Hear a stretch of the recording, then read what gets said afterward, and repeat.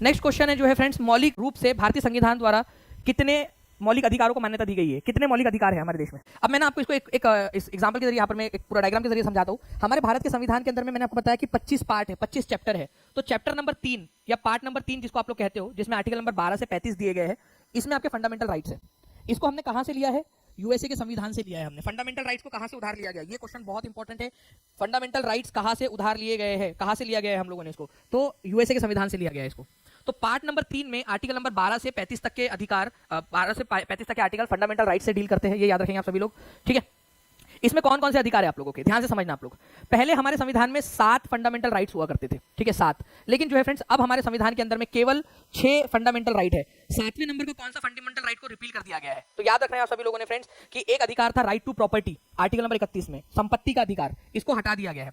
अब कई सारे बच्चों को यह पता होता है कि संपत्ति का अधिकार हटा दिया गया, बट कौन से संविधान संशोधन के जरिए हटाया गया? ये क्वेश्चन पूछेंगे ना एग्जाम में, कौन सा संविधान संशोधन था जिसके जरिए हटाया गया? तो 44वें संविधान संशोधन के जरिए हटाया गया था। लोग 42वां लगाकर आते हैं कि भाई सारी चीजें जो है ना 42 में हुई थी, 42 के अंदर में। ऐसा लगता है उनको कि पूरी दुनिया जो है वो 42 के अंदर में ही की गई। हमारे संविधान में बहुत सारी चीजें हुई 42 में, इसको इसी वजह से उसको मिनी कॉन्स्टिट्यूशन भी कहते हैं। बट भाई बाकी के भी संविधान संशोधन हुए ना। तो 44 कॉन्स्टिट्यूशनल अमेंडमेंट एक्ट था, मोरारजी देसाई उस समय में भारत के प्रधानमंत्री थे 1978 में। उन्होंने बोला राइट टू प्रॉपर्टी को हम हटाते हैं फंडामेंटल राइट से, अब उसको एक कानूनी अधिकार बना देंगे, केवल लीगल राइट रहेगा वो। आर्टिकल नंबर 300A में उसको ट्रांसफर कर दिया गया, ठीक है। तो पहले 7 थे, जो राइट टू प्रॉपर्टी था वो भी एक अधिकार था आपका फंडामेंटल राइट, अब उसको हटा दिया गया। तो अब केवल 6 फंडामेंटल राइट बचे, ठीक है, फंडामेंटल राइट 6। एक बार मेरे साथ साथ में रिवाइज करोगे क्या? मैं आप लोगों को जो है सारे के सारे एक बार जो है याद भी करवा दूंगा। बट ये 6 फंडामेंटल राइट कौन कौन से आप लोगों के, इसको मेरे साथ में एक बार रिवाइज करो आप लोग। आर्टिकल नंबर 12 और 13 उसमें कुछ बातें की गई। आर्टिकल नंबर 12 में बताया गया कि राज्य की परिभाषा क्या है, और आर्टिकल नंबर 13 में बताया गया कि फंडामेंटल राइट्स के खिलाफ कोई कानून बनता है तो उसको चैलेंज किया जा सकता है कोर्ट में। आर्टिकल नंबर 14 से लेकर 18 तक के जो आर्टिकल्स है, ध्यान से समझना मेरी बात, ठीक है, इनको कहा जाता है आपका right to equality, right to equality, समानता का अधिकार। आर्टिकल नंबर 19 से लेकर 22 तक के जो अधिकार है आप लोगों के, इनको कहा जाता है स्वतंत्रता का अधिकार, राइट टू फ्रीडम, ठीक है। यहाँ पर मैं याद रखेंगे आप सभी लोग, फ्रीडम का अधिकार, राइट टू फ्रीडम, यहाँ फ्रीडम लिख देता हूँ शॉर्ट में लोगों का, ठीक है, फ्रीडम। आर्टिकल नंबर 23 और 24 वेरी इंपॉर्टेंट, ठीक है, बहुत ज्यादा इंपॉर्टेंट है आप लोगों का, ठीक है। आर्टिकल नंबर 23 से 24 में आपका राइट अगेंस्ट एक्सप्लॉइटेशन, ठीक है, राइट अगेंस्ट एक्सप्लॉइटेशन, एक्सप्लॉइटेशन का मतलब होता है फ्रेंड्स शोषण, शोषण के खिलाफ अधिकार आप लोगों का, ठीक है। आर्टिकल नंबर अभी हम लोग देख लेते हैं यहाँ पर 25 से लेकर आप लोगों का, ठीक है, 28 तक के जो आर्टिकल्स है, ये रिलीजन वाला अधिकार है आपका, रिलीजन का अधिकार, राइट टू रिलीजन, मतलब धार्मिक स्वतंत्रता का अधिकार, ठीक है। 29 और 30 में आप लोगों का जो है अधिकार दिए गए हैं आपका माइनॉरिटीज के लिए, कल्चरल एंड एजुकेशनल राइट उसको कहते हैं, cultural and educational right, educational, या फिर आप इसको बोल सकते हो संस्कृति, ठीक है, शैक्षणिक और सांस्कृतिक अधिकार, ओके, ये केवल माइनॉरिटीज को है। आर्टिकल नंबर 31 हटा दिया गया है। कौन से संविधान संशोधन के जरिए हटाया गया था बताइए? डायरेक्टली आएगा आर्टिकल नंबर 32, आर्टिकल नंबर 32, ठीक है, ये है आपका राइट टू कॉन्स्टिट्यूशनल रेमेडी, ठीक है, संवैधानिक, ठीक है। यहाँ पर मैं आप लोगों का जितने भी, अगर मान लीजिए कोई भी आप लोगों के अधिकार है, वो अधिकारों का हनन होता है आप लोग, तो उसके लिए आप कोर्ट जा सकते हो यहाँ पर में, ठीक है। तो संवैधानिक उपचार का अधिकार उसको कहा जाता है राइट टू कॉन्स्टिट्यूशनल रेमेडी, ठीक है। तो संवैधानिक उपचार का अधिकार, संवैधानिक उपचार लिख देता हूँ यहाँ पर मैं, संवैधानिक उपचार जिसको आप लोग कहते हो फ्रेंड्स यहाँ पर मैं कॉन्स्टिट्यूशनल रेमेडी, कॉन्स्टिट्यूशनल रेमेडी, ठीक है, रेमेडीज। तो कॉन्स्टिट्यूशनल रेमेडी या कोर्ट जाने का अधिकार आर्टिकल नंबर 32 में दिया गया है। तो 1, 2, 3, 4, 5 और ये 6वां, तो 6 आपके फंडामेंटल राइट है। तो यहीं पर आपसे पूछा गया था कि कितने हैं मौलिक रूप से भारतीय संविधान द्वारा कितने अधिकारों को मान्यता दी गई, ठीक है, 6, 7, 10, एक से अधिक जी। तो आंसर जो है फ्रेंड्स, आंसर हो जाएगा आपका 6। अभी हमारे देश के अंदर में ओरिजिनली 7 थे, लेकिन अभी हमारे देश के अंदर में कितने हैं? 6 है, 6। 7 लगाने वालों दुनिया कभी माफ नहीं करेंगे तुमको। अभी पूरा अभी गिन के बताया तुमको यहाँ पर में कि 6 है करके, ठीक है, 1 2 3 4 5 6। जो आर्टिकल नंबर 31 था इसको हटा दिया गया है 44वें संविधान संशोधन के जरिए। अगर आप चाहते हो ऐसे ही सारी चीजें आपको करवा दूं तो लाइक एंड शेयर करते रहेंगे फ्रेंड्स सेशन को आप लोग यहाँ पर में जल्दी जल्दी से जी। इसके अलावा आपको बता दूं ये जो पूरी पीडीएफ है आप लोगों की, ठीक है, इसको आप लोगों के ऐप के ऊपर में आपको मिल जाएंगे। जितने भी बच्चे हैं जो पेड वाले स्टूडेंट, उनको तो डायरेक्टली नोटिफिकेशन चला जाता है, ठीक है, उनको उनके लिए एक आसानी चीज हो जाती है कि वो वहां पर में है। बाकी आप लोग जितने भी बच्चे हैं फ्रेंड्स जो यूट्यूब पे, वो लोग भी जाइए, वहां पर में आपको फ्री ऑफ कॉस्ट मिल जाएगा सबसे ऊपर में ही। किसी भी टीआरई के बैच में चले जाइए आप, सबसे ऊपर में आप लोगों को ऊपर में पीडीएफ रखी हुई होती है, उसकी टेस्ट भी हम लोग जो है प्रोवाइड कर देते हैं ताकि आप लोग इसकी रिवीजन कर सके, ठीक है। एक क्वेश्चन है आपका, ठीक है, 26/8/2023 को पूछा गया कौन सा मौलिक अधिकार संविधान का हृदय एवं आत्मा कहलाता है? हार्ट एंड सोल, कौन सा आर्टिकल है? और मैं आपको बता दूं ये किसने कहा था, हृदय और आत्मा, ठीक है, हृदय और आत्मा, ये कहा था आप लोगों का B.R. आम्बेडकर जी ने, B.R. आम्बेडकर जी ने, ठीक है, कहा था।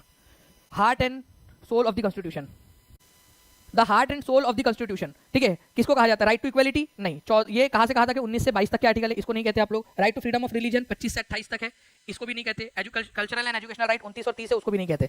ये कहते हैं आप लोग किसको? ठीक है, आर्टिकल नंबर 32 को, आर्टिकल नंबर 32 जो कॉन्स्टिट्यूशनल रेमेडी वाला अधिकार है आपका, उसको कहते हैं आप लोग। ठीक है, कॉन्स्टिट्यूशनल रेमेडी को कहा जाता है। प्लीज इसको याद रखना आप लोग, बहुत ही ज्यादा इंपॉर्टेंट क्वेश्चन है आप लोगों का। Right to constitutional remedy article number 32 इसको कहा गया है। ठीक है, बहुत ज्यादा इंपॉर्टेंट है। Heart and soul of the constitution, ठीक है, article number 32 doctor B R Ambedkar ने ऑन रिकॉर्ड हमारी भारत की संविधान सभा के अंदर में इसको कहा था, हार्ट एंड सोल। और एनसीईआरटी के अंदर में भी आप लोगों को दिया हुआ है, ये याद रखेंगे आप सभी लोग, इंपॉर्टेंट है। Which of the following freedom is not available to an Indian citizen under constitution? कौन सा वाला जो है हमारे भारतीय नागरिकों को अवेलेबल नहीं है?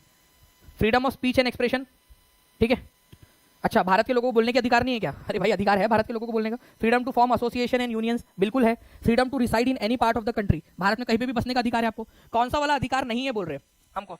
अरे हमारे पास सारे अधिकार है, आर्टिकल नंबर 19 के तहत, ये सारे के सारे आर्टिकल नंबर 19 के तहत ये सारे अधिकार हम लोगों के पास में है।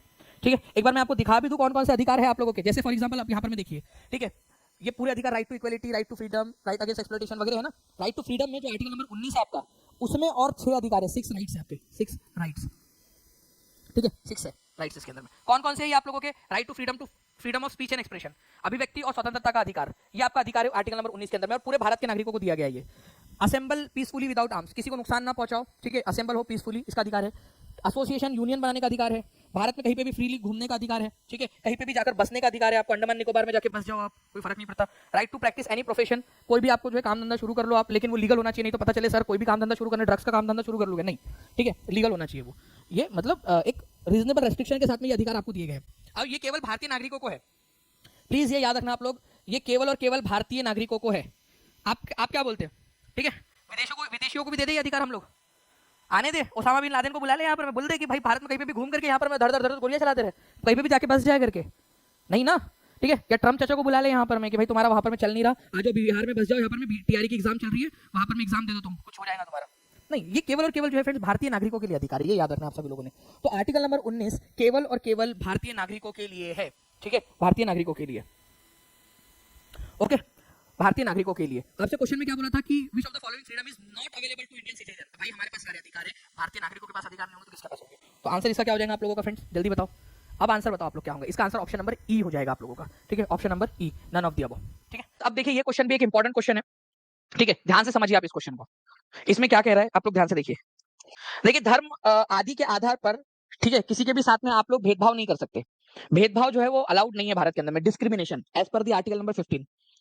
ओके, तो आप लोग बताइए यहाँ पर में कि कौन से वाला जो है ये आर्टिकल नंबर 15 इनमें से कौन से वाले पार्ट के अंदर में आता होगा? आर्टिकल नंबर 15 मैं आपको ना एक जो है वो दिखाता हूं आप लोगों को। यहाँ पर मैं आप लोग इस चीज को देखिए, आर्टिकल नंबर 14 से लेकर 18 तक ये समानता का अधिकार है आपका, समानता का अधिकार। आर्टिकल नंबर जो है आपका स्वतंत्रता का अधिकार है। आर्टिकल नंबर 23-24 शोषण के खिलाफ अधिकार, राइट अगेंस्ट एक्सप्लॉइटेशन है, ठीक है, ये पूरा का पूरा मैंने आप लोगों को बताया हुआ है। धर्म की स्वतंत्रता का अधिकार, ठीक है, right to freedom of religion, धर्म की स्वतंत्रता का अधिकार आपका आर्टिकल नंबर 25 से 28 के बीच में आप लोगों का, ठीक है। Right cultural and educational right 29-30 के अंदर में। आर्टिकल नंबर 32 जो है राइट टू कॉन्स्टिट्यूशनल रेमेडी है, जिसको हार्ट एंड सोल कहा है, हार्ट एंड सोल कहा है डॉक्टर बी आर अम्बेडकर ने, हार्ट एंड सोल, ठीक है, हृदय और आत्मा, ठीक है, हार्ट एंड सोल कहा है। अब देखिए आर्टिकल नंबर 15 इसी के बीच में आता होगा, 15 इसी के बीच में आता होगा, ये बात मानते हो आप लोग, है ना? तो आप लोगों का यहाँ पर में जब बात आ रही है कि आर्टिकल नंबर 15, ठीक है, कौन सी कैटेगरी के अंदर में आता है, तो अब बताइए किसके अंदर में आता होगा? अब आप लोग आंसर बताइए। इसका आंसर हो जाएगा फ्रेंड्स आप लोगों का, ठीक है, राइट टू इक्वलिटी, समानता का जो अधिकार है ना उसके अंतर्गत आता है, ये समानता के अधिकार के अंतर्गत। आंसर आपका ऑप्शन नंबर डी हो जाएगा। राइट टू इक्वलिटी जो है आपका 14 से लेकर 18 तक के आर्टिकल्स है। अच्छा, एक और चीज आप लोगों की आगे में मैं आप लोगों से पूछूंगा, पहले आप लोग इस क्वेश्चन का आंसर कीजिए। भारतीय संविधान का छुआछूत उन्मूलन से संबंधित अनुच्छेद कौन सा है?